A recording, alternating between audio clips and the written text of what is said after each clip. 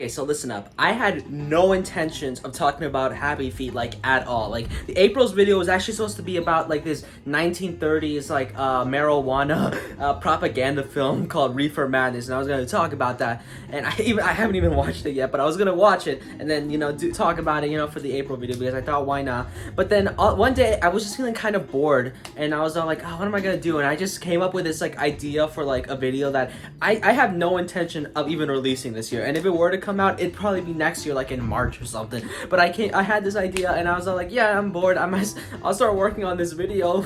I'll start working on this video idea for, for some reason, even though I could be working on the regular old April video.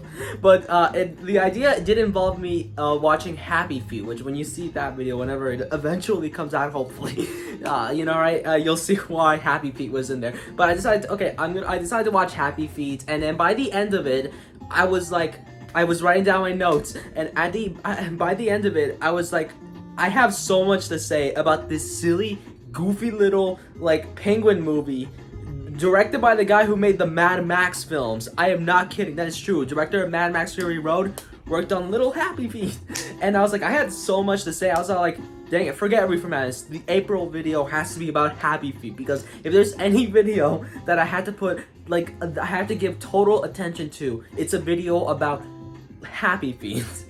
So yeah, we're talking about Happy Feet now. So let's just get right into it. So the first weird thing I want to mention about Happy Feet is its director. It's directed by George Miller, the Mad Max guy. Yes, he directed all the Mad Max films. Mad Max, Road Warrior, Beyond the Thunderdome, and Fury Road, like much later on, like after Happy Feet. I don't know, I just think that sounds funny that like George Miller, right, he was really famous for the Mad Max films, decided I really want to do these motion capture animated kids films about this like about this dancing penguin. That was just like I don't know, I just wonder, I really want to know like why he really wanted to do that. I might have to look into that if I'm being honest. Like I just find it so fascinating that the guy who would later on do like Mad Max Fury Road, like again such an action-packed movie, it's like it's so crazy, and it's like before he was all like, no, I don't want to do that yet, I want to do dancing penguins, and it's like this like motion capture animated kids film. It's a jukebox musical. It's like where they sing like covers of songs. It's like which it's something I'll get to, but it's like I don't know, I just find that like just fascinating. And also fascinating is that there was also another director that was doing the same thing, like Robert Zemeckis. He was like the director of Forrest Gump, Back to the Future, and Who Framed Roger Rabbit, my favorite movie of all time. He decided he also wanted to jump on the motion capture animated kids motion capture animated kids film bandwagon. It's like, yeah, he really wanted to do it, and so he did like Polar Express, and he like helped like produce, or at least helped out, like right, with a bunch of other ones. And I think he also did like that Jim Carrey Christmas Carol movie, if you remember that. And it's like, it's like, yeah, that was just like the hot thing for directors to do, motion capture animated kids films. If I had a nickel for every time a famous director wanted to do motion capture animated kids films, I'd have 2 nickels, which isn't a lot, but it's strange that it happened twice, right? Now let's actually move on to the stuff that's actually in the movie, and I want to start with the motion capture animation. Happy Feet came out in 2006, and like the mid to late 2000s was like this strange time where there were just a bunch of these like motion capture animated movies. And like, if you don't know what motion capture is, it's basically, I'm sorry about what you're about to hear, because I'm gonna describe this like super terribly because I'm terrible at describing things. But it's like when these actors wear like the motion capture suits, like these like motion capture suits that like, captures their motions, their movements, like their features and stuff like that. And it's like they move around, they do like the acting, like, right? Like that they would normally do, like I guess like for like a stage or like a set, but like they do it with these suits on, and then like I guess like some techie stuff is done in the computers to capture that and make it like CG animated, and then it's like supposed to make like everything that all like the entire animation look realistic. Ooh, and it's like a technology. This technology's been used like a lot in like video games for a long time. It's like you basically see it in like a lot of these like PlayStation and Xbox games, like that one with like the 2 people, and they're like walking around like a post-apocalyptic like zombie mushroom world or something. It's like it's like it has that one girl named Ellie or whatever. You know which game I'm talking about, Crash Bandicoot. I should know, I haven't played it, but it's like it's a technology that's used in a lot of video games, and it's done well there. But for like these movies, it looks really strange because it's trying to be realistic, but it still has that uncanny valley feel to it, where you look at it and you go, I get that you're trying to look realistic, but at the same time, you're scaring the crap out of me, please stop. And it's like, yeah, that's the problem with a lot of these movies. But I don't think I really felt that with Happy Feet. Like, I guess like some of the animals did look a little bit creepy, and some of them look like freaking disgusting, and I don't want to look at them. But you know, like the penguins themselves, I guess the baby ones look cute, and they look fine. They look, I guess, like penguins. I don't know how else to describe it. But my problem with the penguin designs is that a lot of them are way too similar. I think like only like 5-ish of them were like visually different enough for me to like, you know, distinctively realize, oh, that's this character. But a lot of them, like, you know, right, basically look the same. Like I remember like when we see like young Mumble, like when he's like a baby, Mumble is the main character, and we see him with like around like these other like penguin babies as well. It's like at first when I couldn't even tell he was in there, because like again they all look so similar, and it's like I just had trouble figuring out, wait, which one's the main character and stuff. Same thing goes like when the characters get older, and like Gloria, like Mumble's love interest, and like his mom are like they look kind of similar. Like actually they look pretty similar, if I'm being honest. And like when they're like around this whole crowd of other penguins, it's like at first I legit could not tell which one was which. I was like, wait, which are the characters I'm supposed to be following? And it's like, yeah, I don't like that. It's like I get that maybe George Miller wanted to go for realism, like the penguins, they gotta move like penguins, they gotta look like real penguins and stuff. But I don't know, I still feel like they could have done like a little bit more to like at least differentiate like the main penguins we're supposed to be following. And it's like, yeah, I don't know, I just wasn't really that into like the penguin designs. I will say like the animation does a really good job when it comes to like the environment landscapes and the weather effects. They can look so good. Like some shots in this movie legit look amazing, and it's like incredible looking, if I'm being honest. And I think some of the dance numbers are kind of fun, honestly, and they're animated very well. Like when one of my personal favorites is like the one where like they're singing Boogie Wonderland, and it's like, I don't know, I had a little bit fun. I was like, yeah, I'm having a little bit of fun. But besides that, like I think the animation mostly just does a really good job in those aspects, like the environment landscapes, the weather effects, and like the dance numbers. But like, you know, it's like the penguin designs, I just feel like I don't know. They're all way too similar to me, and I feel like they could have done a little bit more. And again, some of the animals just look disgusting, like those like whale seals or whatever they were called, like the lion seal, the giant blobby thing with the big nose. It's like whatever those were called. I thought they looked gross, and I didn't like that. Remember earlier when I said this movie's a jukebox musical? Some of you might be thinking, what is a jukebox musical? Well, it's kind of like a regular musical with a character sing and dance every now and then, but instead of singing original songs, they sing covers of pre-existing songs. For example, in Happy Feet, they sing Somebody to Love by Queen and Boogie Wonderland by Earth, Wind, and Fire. And here's the thing about jukebox musicals. I haven't seen a lot of them, but the few that I have seen, I just couldn't really get into because of the fact that they are singing pre-existing songs. Like for example, like if there's like a moment where that's like super emotional and the character starts, it's time for them to sing, you know, right, to show off like the feelings that they're feeling, but they start singing a song that I've heard before, like a Queen song or something, we'll say that. My mind either like has like two main questions. It's like this: A, wait, do the artists that sang these songs originally exist in this world? Like that's my question, because it leads me to like another rabbit hole of things like hey, if these artists do exist in the world, why are these characters singing their songs? Like why are they spending their time with this like emotional moment, you know, singing a Queen song? Like what is up with that? And the other main question that I ask is like, oh wait, do the artists not exist and these characters are singing these songs because they're the ones who came up with them? And if so, why are the songs that they came up with exactly or almost the same as the songs that exist in my world? It's like those are the questions that I have, and it really takes me out of like the story and like the moment. It's like everything about the moment could be great, like the singing, the dancing, literally everything about it could be good, but just the fact that they're singing pre-existing songs just kind of takes me out of it. And the same is for Happy Feet. It is especially the same for Happy Feet, because these are penguins. How do they know these songs? That yes, humans exist in this world, which is something that we'll get to later, but the penguins don't know that. They barely interact with them, and they don't understand them. So it's like, why? How do they know these songs? They say it's from their heart, but why is the songs from their heart exactly the same as a Prince song, as a Queen song, as an Earth, Wind, and Fire song? Why? It's like the actual song numbers themselves are really great. Like the singing is great. There are some talented singers in this, and the covers are amazing.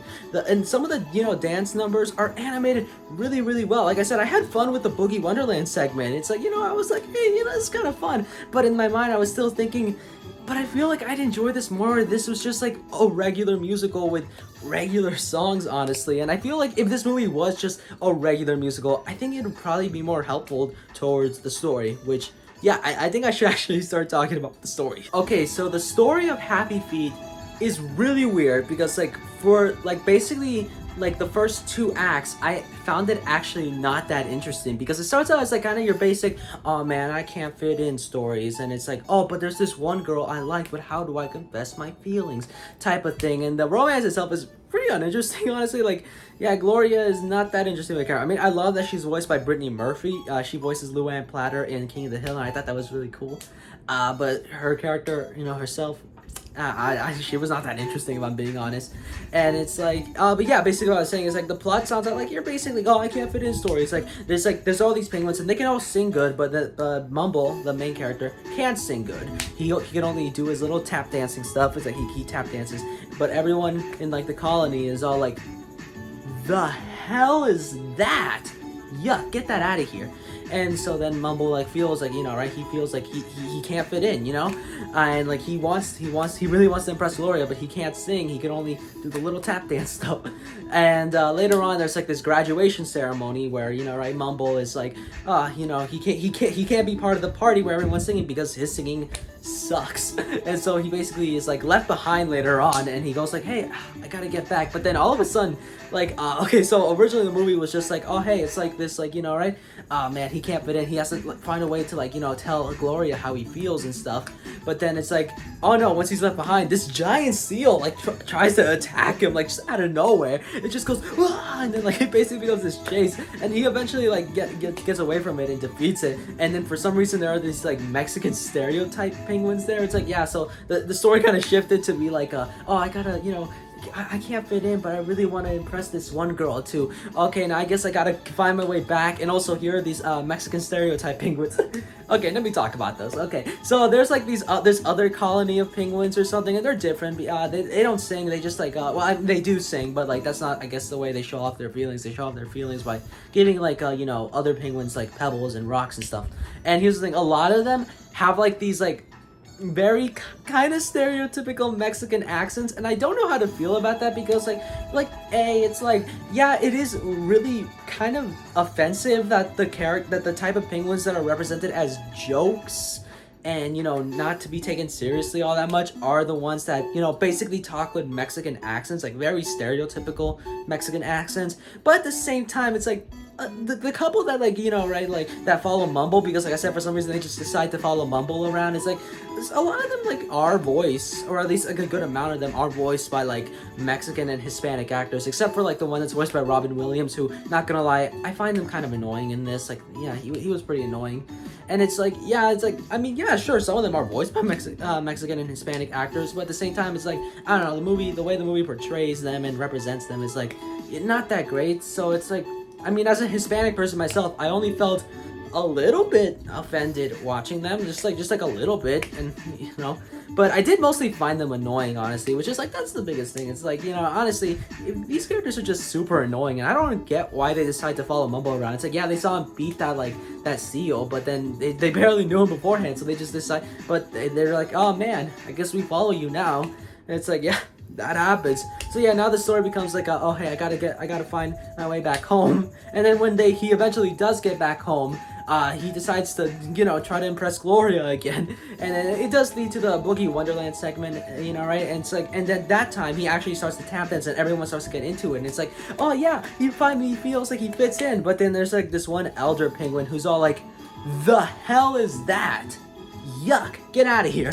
And so Mumble is banished. But here's the thing, so I guess all their fish has been going missing, and the old penguin thinks it's because of, you know, the dancing and stuff. But Mumble is all like, no, if I'm banished, then like I'm gonna use this time to go find out what's happening to our fish, and then I'm gonna come back and tell all of you and save everything. And so now, like, okay, this is where the part of the movie that actually got interesting to me. Like I mentioned before, I actually felt uninterested for like the beginning part of the movie, the first and second act.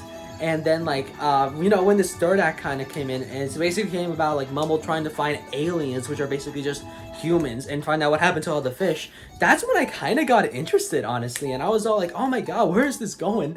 And it's like, and it's kind of interesting, honestly. I feel like this concept, I kind of wish the whole movie was about this, about like these penguins trying to make sense of what's going on with like their world, and then like try to find these aliens where them being actually humans. I don't know, I actually found that part of the movie really interesting, and it's like, really enough, it's the part that has like almost no like them singing covers and everything, because there's like a good amount of the movie that has no musical numbers in it, like no singing or dancing sequences at all, which, not gonna lie, it is, feels a bit off, because this movie's supposed to be a jukebox musical, so like it feels like it feels like there probably should be, if you want to continue being a jukebox musical. But at the same time, it's like, I don't know, I feel like I kind of like this moment more. I kind of wish the entire movie was about this. I know earlier I said that I would rather this movie be like a regular musical with original songs and everything, but now here I am saying that I don't want it to be a musical at all, and I feel like it should focus more on this like alien storyline and go for like something more mysterious.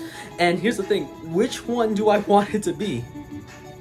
I don't know, because this movie is basically two different movies. It tries to have like such different tones and ideas and try to put them all together, but it kind of doesn't work, honestly. It's like, you got like the beginning movie, which is basically, again, like a regular jukebox musical with like all these songs and dances and everything. It's kind of be like it's trying to be a little cute and goofy, but then later it kind of goes into like this environmentalist message about like global warming and like, helping the environment and the penguins, and it goes kind of mysterious and a little bit dark, and it's like, honestly, I found that part more interesting, but at the same time, I do feel like I did enjoy the dance numbers, but I just wish they were singing original songs and stuff. So either, I think they should have just chose one idea. I think they should have either A, made it like a regular musical with regular songs, like original songs with like maybe like just a nice like maybe like cute story in it, or B, go for something a bit more mysterious with this environmentalist message, and like, right, tell like this kind of story of like these penguins trying to like make sense of their world and like learn more about these aliens, which are humans. Like, I don't know, I find that bit interesting.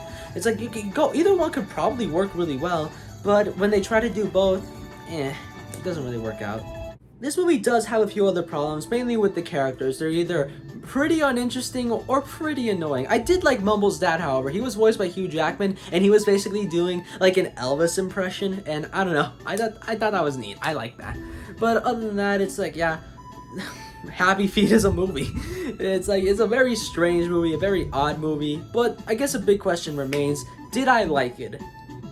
I think so. Like, I mean, like, or at the very least, I like parts of it. I liked aspects of it, and to the point that it's like, if it was on again, you know what? I would rather watch something else, but I wouldn't hate watching it again. And honestly, yeah, that's just my thoughts on Happy Feet. I have no idea what my general feelings are on it. Like, I like parts of it, but like overall, like, I don't even know if I consider it a good movie or a bad movie, but hopefully you get what I mean. Like, this, hopefully you see why I had to talk about Happy Feet. Anyway, yeah. That's kind of all to say. I've talked about Happy Feet way longer than any normal person should talk about Happy Feet. And so, yeah, that's it. I'm gonna go. All right, bye.